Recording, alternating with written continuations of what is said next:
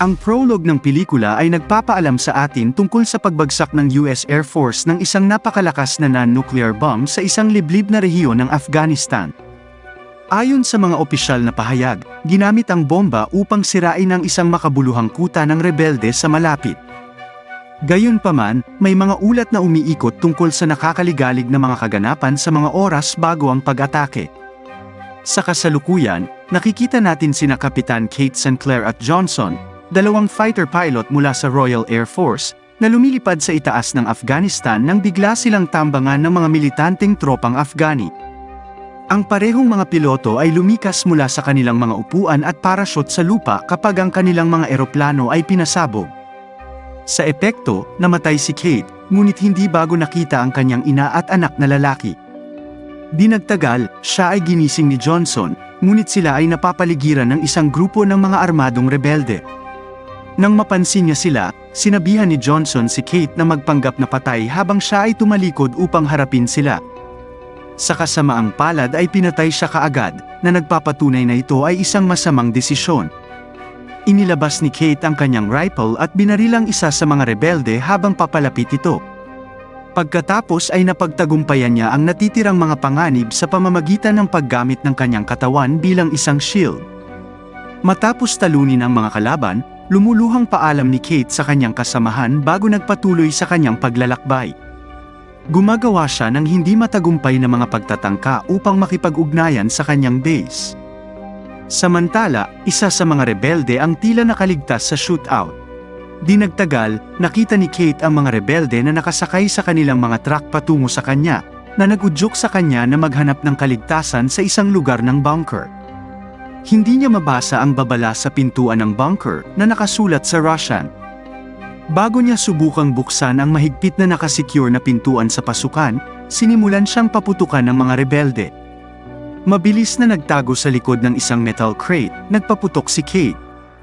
Sa gitna ng matinding shootout, nagpaputok ng rocket launcher ang isa sa mga rebelde na nagbubukas ng pinto ng bunker, na nagbibigay ng pagkakataon kay Kate na makalusot sa madilim na lugar. Kinuha niya ang kanyang glow stick at bumaba sa basement upang magtago mula sa kanyang mga salarin. Nag-explore pa siya at nakatuklas ng higit pang mga Russian sign, ilang mattresses, at isang linya ng mga gas mask. Di nagtagal, natuklasan niya kung ano ang tila nabubulok na katawan ng isang siyentipiko. Pinili niyang kumuha ng portable hard drive at maraming Russian note na nakita niya sa isang desk. Matapos ang mabilis na pagsisiyasat, napagtanto niya na ang pagkakaroon ng maraming pods na naglalaman ng mga katawan ay nagpapahiwatig na ito ay isang laboratorio ng pagsusuri na gumagamit ng mga tao bilang mga test subject. Hindi nagtagal, pumasok din ang mga rebelde sa lab. Pareho silang nababagabag sa mga nilalaman sa loob. Sa pamamagitan ng pagsasamantala sa kanilang diversion, pinatumba ni Kate ang isang lalaki at pagkatapos ay hinawakan ang kanyang rifle. Nasira ang isa sa mga pods, na nagpapakita ng isang humanoid na nilalang sa gitna ng sunod-sunod na putok ng baril. Tinangka ni Kate na tumakas sa pamamagitan ng pagpasok sa isang ventilation duct habang siya ay naubusan ng mga bala. Di nagtagal, ang figura ay nagising at nagbabago sa isang mahabang kuko, mahilig sa karne na nilalang. Ang isa sa mga rebelde ay agad na pinatay, at kinain nito ang kanyang laman. Samantala, nahuli ng isang rebelde si Kate, ngunit siya ay madaling pinatay nito gamit ang isang flare. Pagkatapos ay umakyat siya sa basement, ngunit hinawakan ng isa sa mga lalaki ang kanyang binti sa sandaling maabot niya ang tuktok. Sinipa siya ni Kate sa pagtatangkang pakawalan ng sarili, ngunit nabigo siya. Sa sandaling iyon, lumitaw ang isang napakalaking nilalang at pinatay ang lalaki sa isang malupit na saksak, na iniwan si Kate sa estado ng pagkabigla.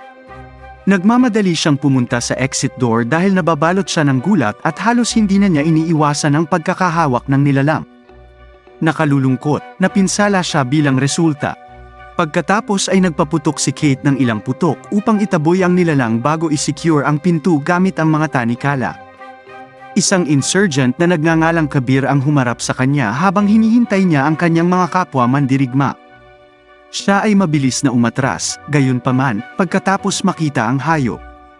Nagsimulang maglakbay si Kate sa tuyong lupain sa kabila ng kanyang paghihirap, at sa huli ay nakahanap siya ng landas.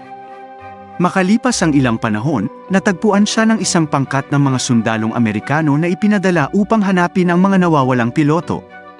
Sinamahan nila siya sa kanilang base camp, kung saan sinalubong si Kate ng commanding officer, si Major Roy Finch. Sinabi niya sa Major ang tungkol sa nakakatakot na pangyayari, ngunit hindi siya naniniwala sa kanya. Ngunit inaalis pa rin niya ang hard drive mula sa kanya. Maya-maya, pumasok si Sergeant Tom Hook at tumayo para kay Kate, ngunit mukhang walang pakialam ang Major. Natuklasan din ng batalyon si Kabir sa gitna nito at dinala siya sa kampo para sa pagtatanong. Pagkatapos nito, isang doktor na nagngangalang Kip ang tumulong kay Kate sa paggamot sa kanyang mga sugat. Pagkatapos ay inutusan niya si Kabir na magsalita dahil nakita rin niya ang nakakatakot na halimaw, ngunit nananatili itong tahimik. Ilang sandali pa, pumasok si Tom sa tent at tinanong si Kate tungkol sa nakita niya sa bunker. Ginagamit niya ang kanyang photographic memory para muling likhain ang nakasulat sa bunker door sign. Ang tanging nakikitang nakakaintindi ay si Kabir, na isinalin ang mensahe bilang "huwag buksan", at nagpatuloy sa pagpapaliwanag na ang mga Sobyet ang nagplano ng buong bagay. Iniisip ni Tom na ang bunker ay dapat na hindi bababa sa 30 taong gulang dahil walang tao ang posibleng manatili doon ng ganoon katagal nang walang mga supply. Tumugon si Kabir sa pagsasabing ang lahat ng nasa ibaba ay hindi tao. Mas maraming hayop ang lumalabas mula sa kanilang mga pod sa gabi at sa huli ay umalis sa bunker. Samantala, sa base camp ng militar, ang Major ay nakatanggap ng liham mula sa kanyang superior na nagpapahiwatig ng kanyang voluntaryong paglabas. Dahil dito, nagpasya siyang gamitin ang bagong natuklasang hard drive ni Kate bilang leverage laban sa kanyang superior. Gayunpaman, nang tanungin ni Kate at Kip si Kabir, inamin niyang hindi niya binaril ang kanilang eroplano at isa lamang siyang insurgent driver na gumagawa nito para ipagtanggol ang kanyang pamilya. Binabantayan ng mga sundalo ang mga potensyal na rebelde sa labas. Isang sundalo ang biglang nawala, at ang isa ay nakakita ng isang halimaw at binalaan ng iba. Mabilis na lumipat sa posisyon ang buong unit at nagsimulang magpaputok. Gayunpaman, ang mga halimaw ay masyadong mabilis at nagagawang umiwas sa mga bala. Sinubukan ng Major na tumawag para sa tulong pagkatapos na alertuhan siya ni Tom sa malagim na sitwasyon. Sa kasamaang palad, sinisira ng patuloy na mga halimaw ang kanilang radio tower, na ginagawang imposible ang komunikasyon. Habang nagsisimulang mapatay ang mga sundalo ng kanilang mabilis na gumagalaw na mga kaaway, nagiging mas malala ang sitwasyon. Matapos hilingin kay Kate na bantayan ang Kabir, umalis si Kip upang tulungan ang mga nasugatang sundalo. Di nagtagal, isang kahindik-hindik na hayop ang lumabas sa medikal na tolda at ginamit ang nakausli nitong dila para sakalin si Kate. Sa kabutihang palad, nakahanap si Kabir ng isang kutsilyo sa isang dibdib at ginamit ito upang putulin ang dila ng nilalang bago ito sinaksak hanggang sa mamatay. Ang dalawa pagkatapos ay muling nagkita kasama si Tom at ang iba pang mga nakaligtas pagkatapos nito. Pagkatapos, nagpasya sina Tom at Kip na iligtas si Major, na nakakulong sa isang buhay o kamatayang labanan sa isa sa mga nilalang. Nagagawa nilang barilin ang bagay bago nito mapatay ang kanyang buhay sa pamamagitan ng paglapit sa kanya sa tamang oras. Nagpa siya ang gang na kumuha ng santuaryo sa loob ng isang walang laman na container ng kargamento pagkatapos matuklasan na mayroong napakaraming bilang ng mga halimaw na ito. Ang isa pang nilalang ay umatake habang si Dave, isang sundalo, ay nagtatangkang buksan ang container. Ngunit sa pagkakataong ito, mabilis na lumabas si Kate, tumalon sa ibabaw ng halimaw at hinampas ito ng maraming beses gamit ang palakol bago ibigay ni Tom ang huling saksak. Ang mga nakaligtas pagkatapos ay pumasok sa container at nagpasya na manatili doon hanggang sa pagsikat ng araw. Habang nasa loob ng container, tinanong ng mga sundalo si Kabir kung may alam ba siya tungkol sa mga halimaw. Siya ay tumugon na ang mga Russian ay minsang sumalakay sa kanilang bansa nang ang isang bagay na parang bituin ay dumampi sa disyerto ng Afghan. Nang maglaon, nagsimulang maglaho ang mga taga-nayon sa buong gabi, at kinaumagahan ay natagpuan ang kanilang mga bangkay. Sinubukan ng ama ni Kabir na tugisin ito dahil inakala niyang ito ay isang uri ng mabangis na hayop, ngunit ang mga pag-atake ay tumigil sa sandaling umatras ang mga Sobyet. Nakalulungkot, ang nayon ay nawalan na ng 46 na indibidwal sa puntong iyon, kabilang ang ama ni Kabir. Kinaumagahan, maingat na lumabas ang grupo mula sa container. Nalaman lamang na kinuha ng mga halimaw ang mga bangkay ng kanilang mga nahulog na kasamahan. Pagkatapos ay nagpatuloy ang mga sundalo sa paghahanap sa lugar nang makatagpo sila ng katawan ng isang halimaw. Dinala nila ito sa klinika, at doon sinimula ni Kip ang kanyang inspeksyon. Ayon sa kanyang natuklasan, ang halimaw ay may malapating na pangil at makapal na balat na nagsisilbing body armor. Pagkatapos ng maingat na pagsusuri, napag-isipan ni Kip na hindi kayang tiisin ng mga critters ang sikat ng araw dahil ang kanilang mga katawan ay hindi UV adapted. Pinunasan niya ang katawan ng halimaw at natuklasan, sa kanyang takot, na naglalaman ito ng mga organo ng tao. Nataranta ang lahat sa narinig, ngunit doon na sinabi ni Major na ang mga nilalang na ito ay mga hybrid na may halong tao. Humingi siya ng paumanhin kay Kate at sinabi na ang nakatataas na pamamahala ay palaging alam ang bunker.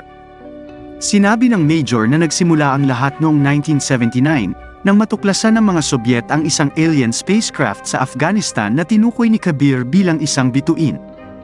Dahil kailangan nila ng mga paksa ng pagsubok ng tao para sa pagsasama ng extraterrestrial DNA, sinalakay ng mga Sobyet ang Afghanistan. Kailangang maghanap ng ibang ruta ng pagtakas ang crew dahil wala na silang sapat na gasolina. Ang kanilang pag-uusap ay biglang naputol habang ang nilalang ay muling nagising at naglulunsad ng isang pag-atake. Nilabanan nito ang ibang tropa na sumusubok na tulungan si Kate habang sinunggaban siya ng dila nito. Isinakripisyo ni Major Roy ang kanyang sarili sa pamamagitan ng pag-agaw ng ilang granada at pag-atake sa halimaw sa huling pagsisikap na wasakin ito. Kasunod nito, inilarawan ni Kate kung paanong ang pakikipag-ugnayan ng nilalang ay tila hinihigop nito ang kanyang mga iniisip, marahil ay sinusubukang basahin ang kanyang isip. Pagkatapos ay ipinapayo niya na pasabugin nila ang bunker sa kabuuan. Sumang-ayon ang mga sundalo at nagpasya na palayain si Kabir mula sa kustodiya. Gayunpaman, hiniling ni Kabir na samahan sila at ipinahayag ang kanyang pagnanais na maghiganti para sa pagpanaw ng kanyang ama. Kasunod nito, ang 7 nakaligtas, sina Kate, Tom, Kip, Dave, Kabir, Jade, at Jones, ay gumawa ng matapang na desisyon na pasabugin ang bunker gamit ang anumang mga bala na natitira sa kanila. Pagdating nila sa lokasyon, pumasok sila at nagtanim ng ilang time bomb. Huminto si Tom upang ibalik kay Kate ang kanyang locket habang papaalis na sila pagkatapos niyang ihulog ito. Biglang may lumabas na halimaw mula sa likuran at kinaladkad si Tom pababa ng cellar. Ang natitirang mga tauhan ay naghahanda ng umalis dahil sa tingin nila ay nawala siya sa kanila. Ngunit bago pindutin ang remote, nakipag-ugnayan si Tom kay Kate at sinabihan ng grupo na isagawa ang kanilang diskarte. Mahigpit niyang sinabihan ang mga ito na huwag siyang hanapin. Si Kate, gayunpaman, ay hindi sumasang-ayon sa kanya at nagpasya na pumasok sa loob upang iligtas siya. Sa una ay nag-aatubili, ang iba pang mga miyembro ng koponan sa kalaunan ay sumuko pagkatapos ipilit ni Kate, na napagtanto na gagawin din ni Tom ang alinman sa kanila. Pagkatapos ay sumakay ang koponan sa isang hindi gumaganang elevator na ibinababa ni Kip gamit ang isang lubid mula sa kanilang sasakyan. Pagkaraan ng ilang sandali, ang radyo ni Kip ay nakakakuha ng isang frequency alert na nagsasabi sa lahat na umalis kaagad sa lugar dahil ang isang missile attack ay nalalapit. Mabilis na natatanggap ng iba pang miyembro ng koponan ang impormasyon mula sa kanya, ngunit pinili nilang magpatuloy. Sa limitadong oras, nahati ang grupo para mas mabilis na masakop ang lupa. Natuklasan ni Tom ang isang halimaw sa harap niya sa pansamantala, at mabilis itong kinuha sa kanyang dila. Mabilis niyang kinuha ang kanyang kutsilyo at kinagat ang dila ng hayop bago ito sinaksak hanggang mamatay. Agad niyang hinablot ang baril ng sundalo at lumabas matapos mamataan ang wala ng buhay na katawan ng isa sa kanyang mga kasama. Kinikilala ni Kabir ang mga nabubulok na bangkay sa mga mesa bilang mga nawawalang miyembro ng kanyang tribo kapag pumasok ang crew sa lab. Napansin ni Kate ang isang takip sa pader habang pinagmamasdan ang paligid na sa una ay hindi niya napansin. Kapag binuksan niya ang ilaw, nakita niya ang isang napakalaking bagay na mukhang alien na lumulutang sa loob. Makalipas ang ilang sandali, nakipag-ugnayan si Tom kay Kate upang malaman ang tungkol sa kanilang eksaktong lokasyon at sa huli ay muling makakasama ang koponan. Natuklasan ng mga tripulante ang higit pang mga halimaw sa loob, na napisa mula sa kanilang mga pod, na nagpipilit sa mga sundalo na tumakas ng mabilis. Ang pinto ng pasilyo ay selyado, ngunit may kailangang manatili sa likod upang panatilihing nakasara ang pinto. Inaalok ni Jones na gawin ang gawaing ito dahil sa kanyang kabutihan, pinapayagan ang natitirang bahagi ng koponan na makatakas. Nangako si Jade na manatili sa likuran upang harapin ang mga halimaw habang papalapit sila, dahil nararamdaman nilang dalawa ang kanilang presensya habang nagmamadali silang bumaba sa koridor.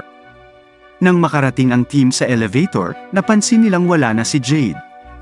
Nagpasya si Tom na bumalik para sa kanya bilang isang resulta, na sinasabi sa kanyang squad na magpatuloy nang wala siya kung hindi siya lalabas sa inilaang 2 minuto. Sa kabilang banda, nakipag-away si Jade sa isang halimaw at sa huli ay nagtagumpay ito. Sa lalong madaling panahon siya ay nahaharap sa isa pa, bagaman si Jade ay naging biktima na ng pag-atake ng halimaw sa oras na mapunta si Tom sa eksena. Ang hayop ay kasunod na natalo ni Tom gamit ang isang tool na nasa harap niya. Nang maging masyadong mahina ang pagkakahawak ni Jones sa pinto sa pasilyo, binitawan niya ito at nagpasabog ng bomba na may kasamang ilang nilalang. Bago pa man marating ng apoy ang silid at patayin ang nilalang, narinig ni Tom ang pagsabog at tumakbo siya sa isang lagusan upang magtago.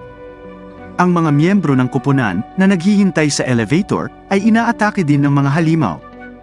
Sinabihan nila si Kip na hilahin sila pataas bilang resulta.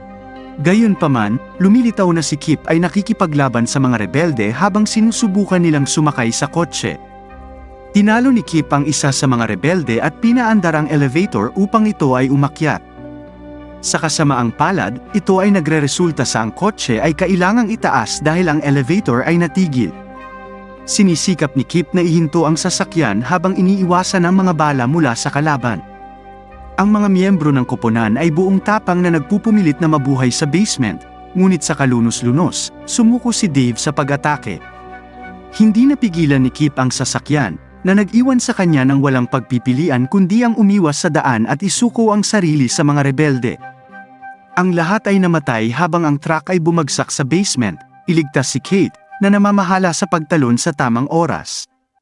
Di nagtagal, muling nagkita sina Kate at Tom, at hinawakan ng dalawa ang wire ng elevator para umakyat. Nakita nila ang mga rebeldeng papatayin si Kip pagkalabas nila sa bunker. Mabilis silang nagpaputok at pinatay ang mga ito, na iniligtas ang kanilang kasamahan sa proseso. Makalipas ang ilang segundo, nasaksihan nila ang pagbagsak ng isang fighter plane ng missile sa paligid. Kaya't kinuha ng 3 ang sasakyan ng mga rebeldeng ito at tumakas. Bagamat nagkaroon ng malupit na pagsabog, hindi ito tumama sa mga sundalo ngunit itinumba ang sasakyan mula sa kalsada. Iniisip ni Kate na ang gobyerno ang nasa likod ng pag-atake upang sirain ang anumang patunay ng pagkakaroon ng bunker. Gayunpaman, hindi siya nababahala, sapagkat binigyan siya ng major ng hard drive bago ito namatay.